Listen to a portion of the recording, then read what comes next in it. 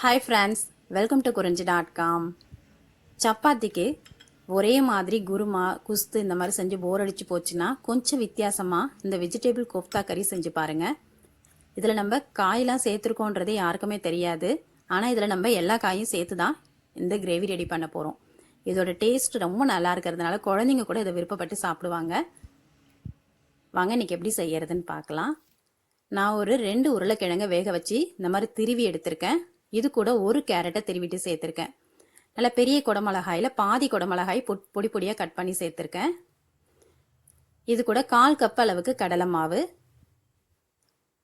1/2 spoon உப்பு, 1 spoon தனியாத்தூள், 1/2 spoon மிளகாய்த்தூள், 1/4 ஸ்பூனுக்கு கொஞ்சம் கம்மியாக கரம் மசாலா தூள் சேர்த்துருக்கேன். இது குழந்தைங்களுக்குலாம் வந்து சாப்பிடும்போது பச்சை மிளகாய் வாயில் கடிப்பட்டா அவங்க சாப்பிட மாட்டாங்கன்றதுனால நான் மிளகாயை அவாய்ட் பண்ணிவிட்டு மிளகாய் தூள் சேர்த்துருக்கேன். உங்களுக்கு பச்சை மிளகாய் சேர்த்து செஞ்சால் தான் அந்த வாசனை பிடிக்கும்னா நீங்கள் பச்சை மிளகாயும் சேர்த்துக்கலாம். இப்போ இதை நல்லா வந்து பிசைஞ்சிக்கலாம். நம்ம வெறியுமே உருளைக்கிழங்கு கேரட்டு இந்த குடமிளகாயை உருண்டை பிடிச்சி எண்ணெயில் போட்டோம்னா கண்டிப்பாக அது பிரிஞ்சு போயிடுங்க. இது பிரியாமல் நமக்கு உருண்டை நல்லா வெந்து வரணுன்றதுக்காக தான் நம்ம கடலை மாவு சேர்த்துருக்கோம். இதில் ஹோட்டல்லாம் பார்த்தீங்கன்னா கடலை மாவு இல்லை மைதா மாவு கூட சேர்ப்பாங்க. நம்ம வந்து இன்றைக்கி கடலை மாவு சேர்த்து செய்ய போகிறோம்.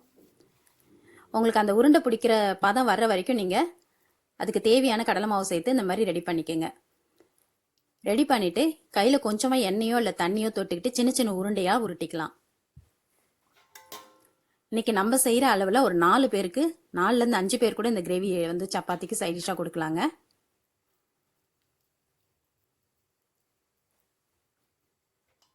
உங்களுக்கு குடமிளகாயோட டேஸ்ட் ரொம்ப பிடிக்கும்னா நீங்கள் முழு குடமிளகாயை கூட நல்லா பொடி பொடியாக கட் பண்ணி சேர்த்துக்கலாம். இப்போ எல்லா உருண்டையும் பிடிச்சாச்சு. இதை நம்ம பொரிச்சு எடுத்துக்கலாம். இப்போ எண்ணெய் நல்லா சூடாக இருக்குது. மிதமான சூட்டில் வச்சுட்டு இதை பொரிச்சு எடுத்துக்கோங்க.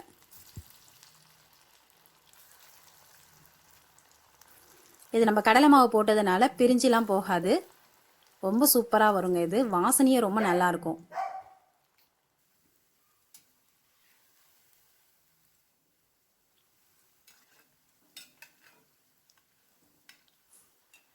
இப்போ இதை நல்லா வந்து இந்த அளவுக்கு கோல்டன் கலர் வந்ததுக்கு அப்புறமா நம்ம எண்ணெயை வடிகட்டிட்டு எடுத்துடலாம்.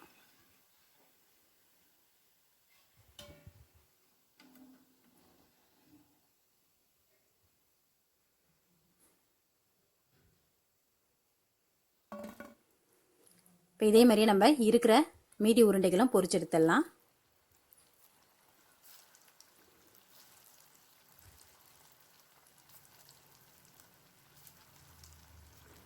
இதெல்லாம் பொரிச்சு எடுத்த பிறகு ஒரு கடாயில் 2 ஸ்பூன் அளவுக்கு எண்ணெய் ஊற்றிருக்கேன். இதில் நல்லா 2 பெரிய வெங்காயத்தை கட் பண்ணி இந்த மாதிரி சேர்த்துட்டு நல்லா வதக்கிக்கலாம். இந்த வெங்காயம் நல்லா கலர் மாறணுங்க, நல்லா ப்ரௌன் கலர் வரணும், அது வரைக்கும் வதக்கிக்குங்க. இந்த வெங்காயத்தோட கலர் மாறி வர்ற வெங்காயத்தை நம்ம அரைச்சி கிரேவியில் சேர்க்கும் போது தான் நம்ம கிரேவிக்கு நல்ல ஒரு வாசனை கிடைக்கும். இப்போ இதை ஒரு மிக்ஸி ஜாருக்கு மாற்றிக்கலாம். இப்போ இது கூட நான் ஒரு 6 முந்திரி பயிர் சேர்த்துருக்கேன். உங்களுக்கு முந்திரி பயிர் தேவையில்லைன்னா பொட்டுக்கடலை கூட சேர்த்துக்கலாம். 1/4 கப் அளவுக்கு திருவன தேங்காயும் சேர்த்து இதை நல்லா மிக்சியில் மழை அரைச்சி எடுத்துக்கலாம். இப்போ இந்த அளவுக்கு நல்லா அரைச்சி எடுத்தாச்சு. இப்போ அதே கடாயில் 2 ஸ்பூன் அளவுக்கு எண்ணெய் ஊற்றிருக்கேன். இப்போ இதுக்கு தாளிப்பு ரெடி பண்ணிக்கலாம். 1 பிரிஞ்சி இலை, 2 கிராம்பு, 1 ஏலக்காய் இதை தாங்க சேர்த்துருக்கேன். ஏன்னா நம்ம கரம் மசாலா தூளும் சேர்க்கறதுனால இதெல்லாம் அதிகமாக சேர்க்கணும்னு அவசியம் இல்லை. இப்போ இது கூட ஒரு பெரிய தக்காளி பழத்தை மிக்சியில் அரைச்சி சேர்த்துருக்கேன்.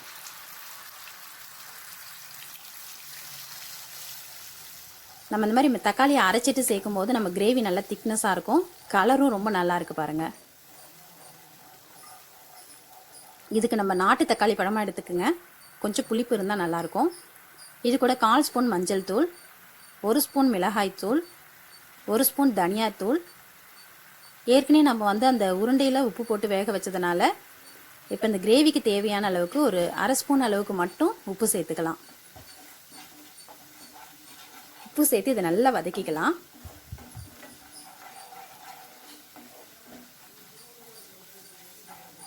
இந்த மாதிரி கிரேவி பண்ணும்போது நம்ம எந்த அளவுக்கு இதெல்லாம் வதக்குறோமோ அந்த அளவுக்கு நம்மளோட கிரேவி நல்லா டேஸ்ட்டாக இருக்குங்க. இப்போ இது கூடயே நம்ம அரைச்சி வச்சுருக்க விழுதையும் சேர்த்து நல்லா வதக்கிக்கலாம். இப்போ ரெஸ்டாரண்ட்லாம் பார்த்தீங்கன்னா நம்ம தேங்காய் சேர்த்துருக்கோம், அவங்க வந்து கெட்டி தயிர் சேர்ப்பாங்க.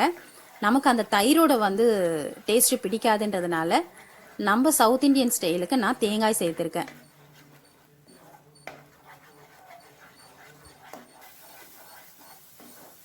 இப்போ இது நல்லா வந்து வதங்கணும்.